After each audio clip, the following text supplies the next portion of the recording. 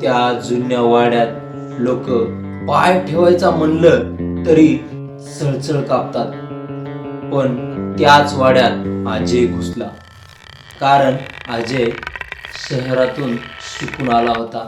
त्याला भूत, आत्मा, प्रेत या गोष्टींवर बिलकुल विश्वास नव्हता. अजय मधात घुसला, ते पण रात्रीच्या 12 वाजता. पण एका क्षणामध्ये अजयच्या डोळ्याला अंधारी आली. अजयचा श्वास थांबला आणि अजयचे पाय घट्ट कोणीतरी पकडले.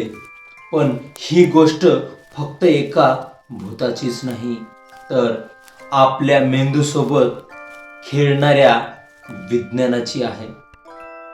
गोष्ट सुरू होते कोकणातील एका छोट्या गावापासून.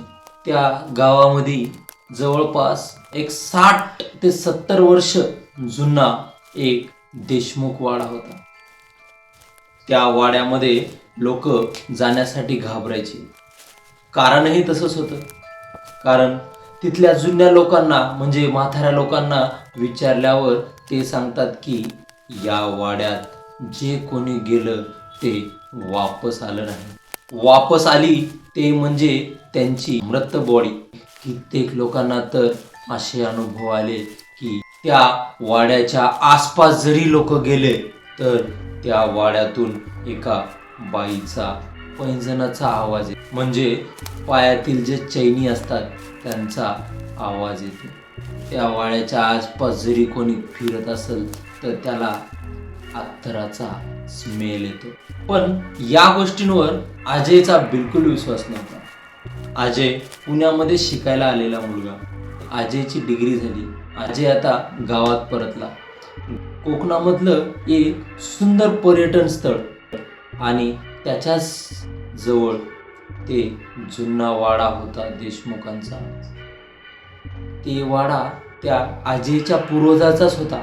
अजयच्या पूर्वजांचाच ते वाडा होता. अजयला वाटलं आपण हे वाडा एकदा स्वच्छ धुवावा. म्हणजे अजयचं काही वेगळं प्लॅनिंग असेल.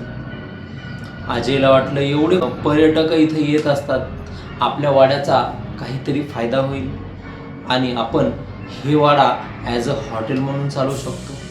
लोक इथं थांबू शकतात. त्यानं खूप पुढचा विचार केला होता आणि म्हणून अजयला सुचलं की आपण हे वाडा आधी बघावा, नंतर त्याला स्वच्छ धुवून त्याचं मॉडिफिकेशन करून लोकांना यूज करायला द्यावा. म्हणजे जेणेकरून आपल्याला त्याच्यातून 4 पैसे मिळतील. या विचारानं अजयनं हे पाऊल उचललं होतं. पण ते दिवसा जाणार होता. पण अजयला चॅलेंजेस खूप आवडतात. मित्र म्हणजे अजयचे लहानपणचे मित्र त्याला म्हणू लागले की अजय तू त्या वाड्यात जा, पण रात्रीला नको थांबू आणि जशी संध्याकाळ होऊ लागली वापस घरी. पण अजयनं नाही ऐकलं. अजय म्हणला तसं काही नसते, मी काय करतो मुद्दामून एकदा रात्रीच जातो. गावातले जे लोक सांगायलेत ते मी त्या सगळ्या लोकांना खोटं ठरवलं होतं. मी स्वतः जाऊन त्या वाड्यात आधी चेक करतो की खरंच भूत आहे का. अजयला त्याच्या मित्रानं जुन्या जे म्हातारे होते त्या लोकांकडून अजयनं ऐकलं की तिथं भूताचा वास आहे, म्हणजे तिथं भूत संचार करतात. पण अजयला या गोष्टींवर विश्वास नव्हता. अजय रात्री 12 वाजता टॉर्च घेऊन त्या वाड्याकडे निघाला. अजयचा कॉन्फिडन्स जास्त होतं. अजय त्या वाड्यामध्ये घुसला.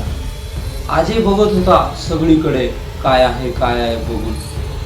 अजयनं जसंही एका भिंतीवर टॉर्च मारली तर त्यानं बघितलं की एक फोटोचा फ्रेम, ज्या फोटो फ्रेममध्ये एका बाईचं चित्र होतं. म्हणजे एका बाईचा फोटो होता. त्या बाईच्या डोळ्यात एक वेगळी चमक होती. तिला म्हणजे त्या फोटोवर हार होता, पण ते पण एकदम जुन्या काळातला.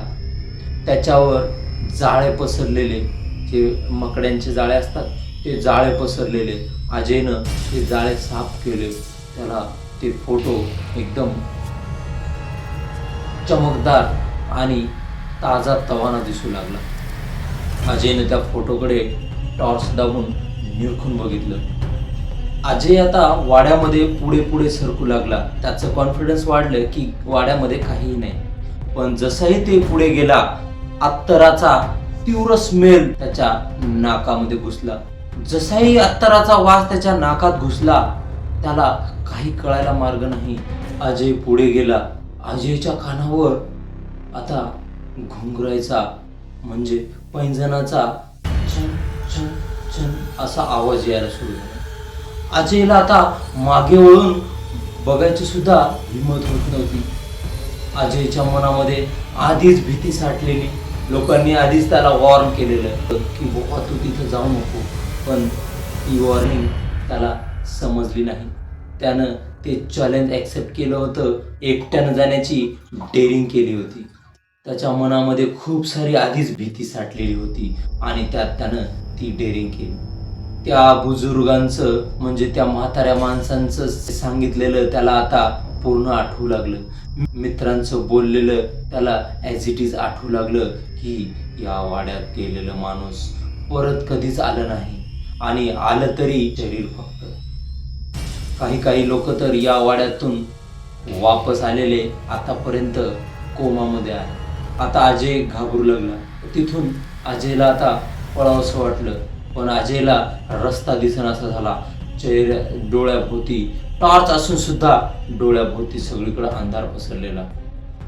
अजय कसा बसा त्या वाड्याच्या बाहेर आला, पण सकाळी लोकांनी बघितलं तर बेशुद्ध अवस्थेमध्ये अजय सापडला.